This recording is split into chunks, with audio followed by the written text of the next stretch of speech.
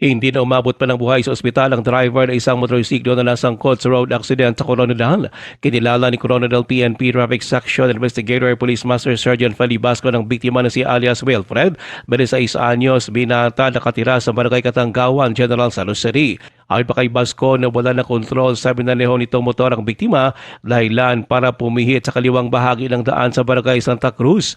Dagdag po ni Basco, hindi na nakaiwas pa ang biktima ng masagasaan na nakasunod sa kanilang elf truck na minaneho naman ni alias John Ray, 24 anyos, taga Barangay Apopong, Jansan. Ang biktima ay agad na binawian ng buhay sa hindi na tinamong sugat sa ulo. Habang ang angkas naman itong sa alias Rose, 26 anyos, taga Barangay Mabuhay, Jansan, na sugatan din sa insidente, ay nagpapagaling pa sa South Cotabato Provincial Hospital. Kinumpirma ni Bascon ang driver ng elf truck at mga biktima ay magkakabarkada at gagagaling lang sa isang birthday party at nakakonvoy na sana pauwi ng Jansan na maganap ang road accident dakong alas 11 ng gabi kahapon. Ayon pa kay Bascon, handa naman anyang tumulong sa mga biktima ang driver na nakabangga sa kanilang truck.